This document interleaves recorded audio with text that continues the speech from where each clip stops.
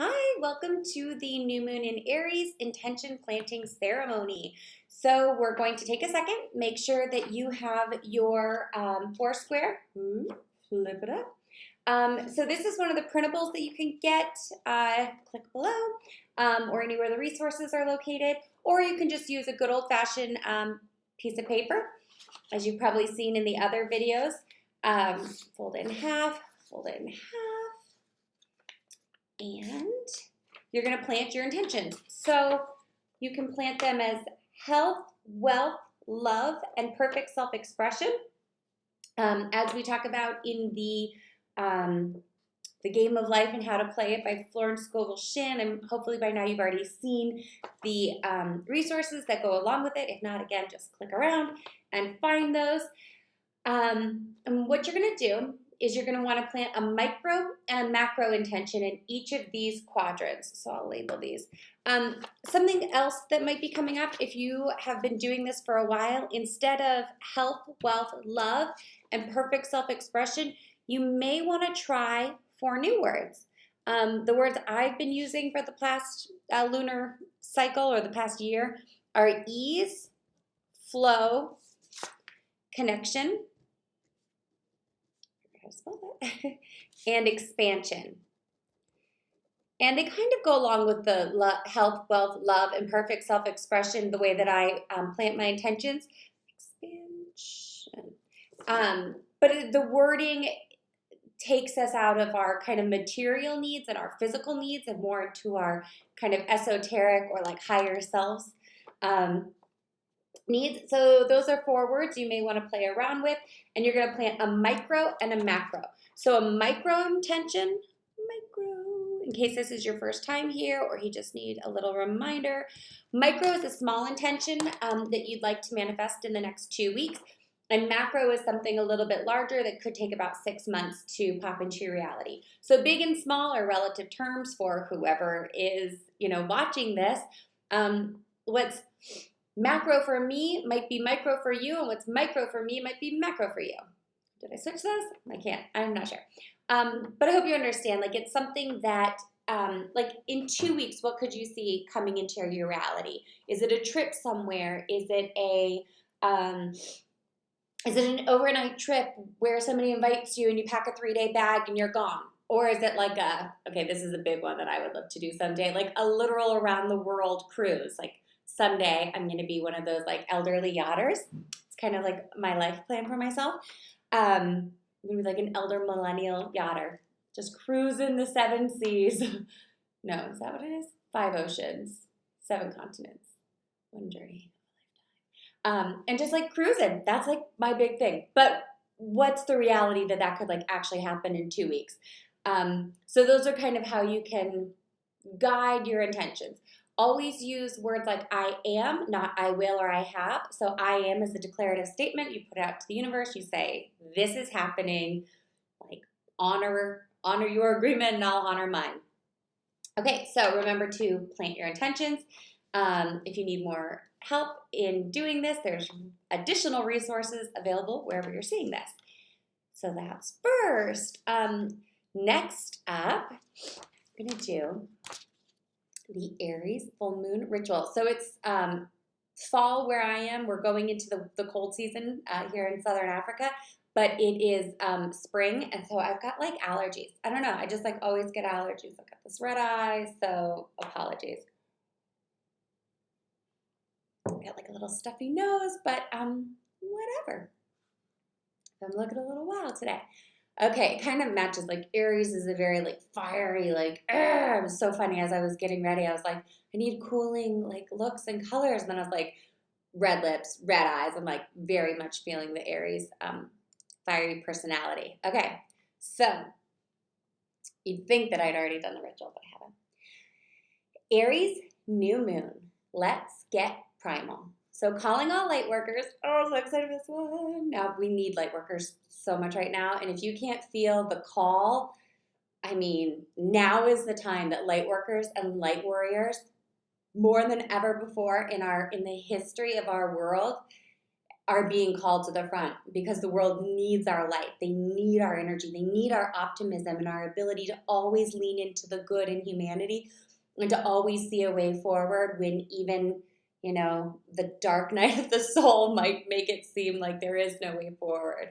So let's get primal. Calling all light workers to activate their inner light warriors.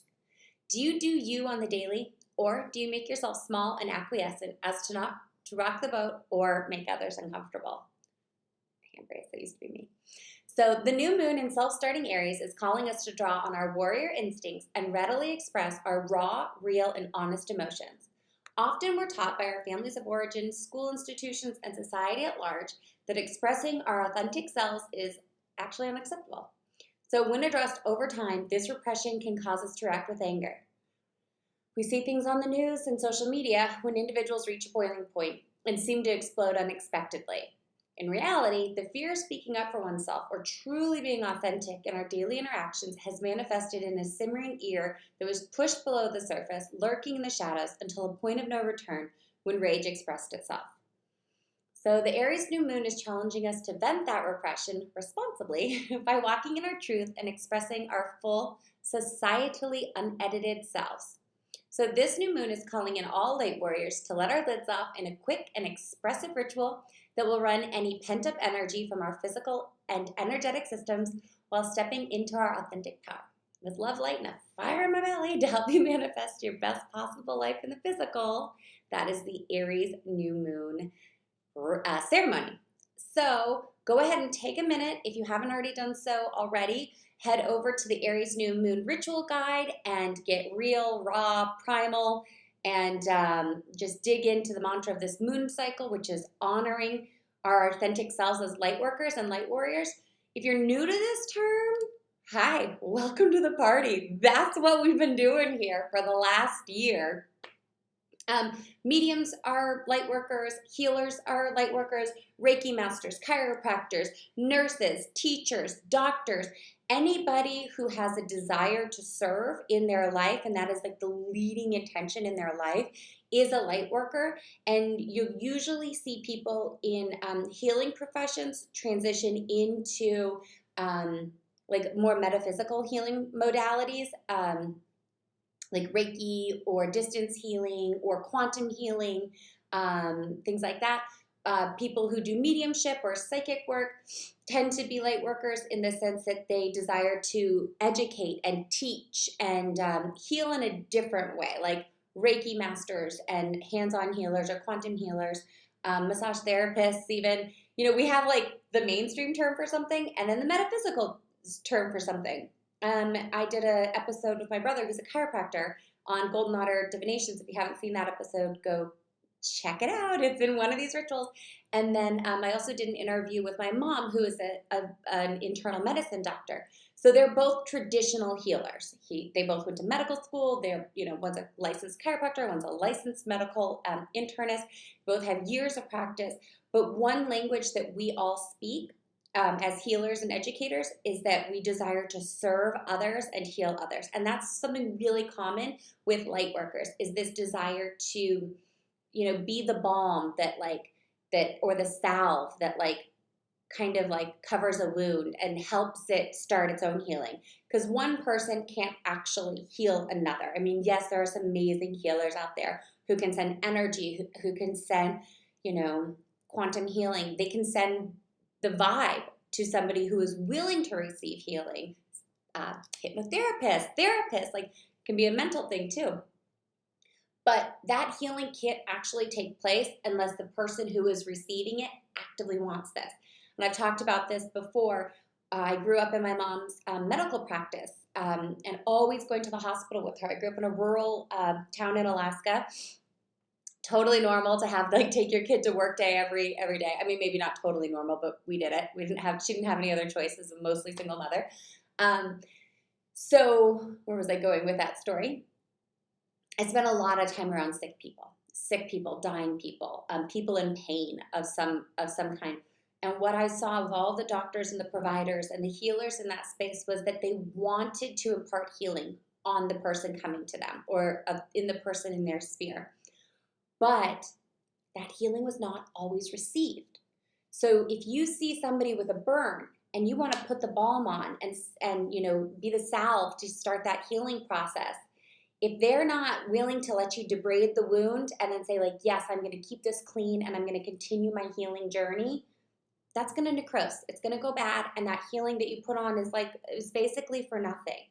Sorry, I'm just like having a flashback to when I tried to help a homeless man in DC who had like a necrosed foot, and I like wanted so badly, he had diabetes, and I wanted so badly to help this man and get him like bandages, and I was like, should I take him home with me? And like I was new to DC, and he just wanted somebody to talk to. He just wanted somebody to listen. And I was like desperately trying to help this guy keep his foot, and I was trying to make like a care plan, thinking maybe he didn't have resources or the ability to get places. And then somewhere in the conversation I realized, you know what, the best use of my time with this person is to sit with them while they enjoy the warm meal that I went in, and that was all they wanted, just like something warm to eat. So got something warm to eat and then sat with them as he ate his meal. And as I walked away feeling like I didn't do enough to help this person who, just looking at his leg, like that foot was not long for this world. Like having grown up around the medical profession, when something is gangrenous and it's got to go. Or it's just not, going to get the healing. But the lesson that I took away from that and what I'm trying to encapsulate now is this idea that light workers want to give our light. We want to be the light in the world. But if the people that we're trying to give that light to don't want the healing and they're not going to then take it and do something with it, we have to say, okay, this is where I leave you. I've done what I can. I'm showering you with love and light, and this is where I leave you. And that was the lesson that I learned throughout my lifetime, witnessing physicians and my mother and other providers give healing, and people returning sick and sick and sick. And it's a matter of not necessarily always wanting to take that proactive step with our own energy and our own life force and our own journey as humans spiritual beings having these human experiences, and do something with that healing. And so that was just something that like I thought of this man, and I had to leave him thinking, okay, like I've done what I can, but that's where I leave you. The other thing that I want to talk about during this Aries new moon is shadow work. So a big part of light workers' identity can be hiding in the shadows because you don't want to be seen for who you truly are. So you turn down your opinions, you turn down your light, you turn down that divine spark of consciousness in you to not kind of ruffle anybody's feathers or like be seen as the weirdo who talks about crystals and angels and guides and loved ones and spirits and quantum healing and astral travel and whatever it is that you're into. That is part of the light workers journey. And as more light workers turn into light warriors, which is like this emboldened person who's willing to go out there and be seen for who they truly are and say, if you want to judge me, that's okay, because that's your journey, not mine. So this ritual lets us get out some of that pent up repression that a lot of light workers have experienced like generationally, or at least in this lineage, in this lifetime.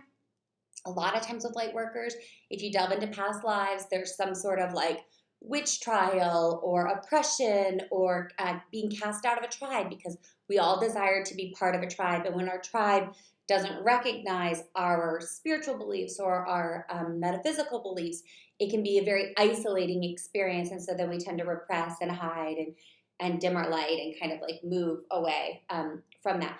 But I don't believe that like if you're resonating with the term light worker, if you're hearing this in any way and you're like, I am a light worker, you are. Like there's no one who's ever heard the term and gone like, oh, what is that? Wait, that sounds like me, is not that, if that makes any sense. Okay, so remember to plant your intentions and then go do the ritual and just like let that crazy energy out so that you can show up and shine in this world, because we need it. We have just gone through a huge energetic shift as a consciousness. We all know that it has happened. We're also going through what is happening. This has been an incredibly up-leveling lunar cycle, and You can feel it, everybody around you can feel it, and now more than ever, it is time to lean into your spiritual gifts, into your natural knowing, into your weird quirks, as long as they're healthy for everybody involved. And yeah, also be sure to check me out on Instagram. I just did a post about how our mental health and owning our shadow selves is really important for two reasons. One, when you're going to do any kind of light work, any kind of healing work, keeping your own mental health is so important. And there is no shame in being a light worker who helps and heals. They also call it like the wounded healer who needs help. That's the whole reason we're here. It's just, help me, help you, help me, help them. So there's no shame in reaching out for help.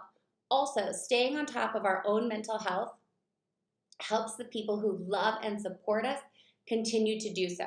Because as we change and evolve, even though the collective consciousness is also rapidly changing right now, like, don't be surprised if people who you would never expect to be talking about like crystals and Reiki and healing and quantum energy or the quantum field or quantum activation or just like all these weird metaphysical terms, don't be surprised if you're standing in line and like the guy behind you is talking about it. Don't be surprised if you're like, go into a clerk's office. I had this happen at the tax office and somebody's like, your vibe is fire. And I was like, thank you. He's like, no, you have the best energy I've ever felt. And he like went on this whole metaphysical tangent as I'm like, I was in my pajamas with like a jacket over me in DC, like trying to slip my taxes in the door. And this whole day I was like, thank you. Like, I did not expect to get showered in like metaphysical abundance while standing in line with like an overcoat trying to hide that I was in my pajamas. So anyways, don't be surprised if you hear that. Take care of your mental health because it lets the people who support you continue to do so in a healthy way. And also be aware of the shadow. So whenever you start stepping into your light, you're going to also have to confront your shadow. We've got more discussions on that at another time, but be gentle with yourself, be loving with yourself, and all of those parts that we've tried to disown or move away from, they don't go anywhere. It's our shadow, it's always there. And by looking at it and giving it some light and just saying, I see you, that doesn't have to be me, but that is a part of me.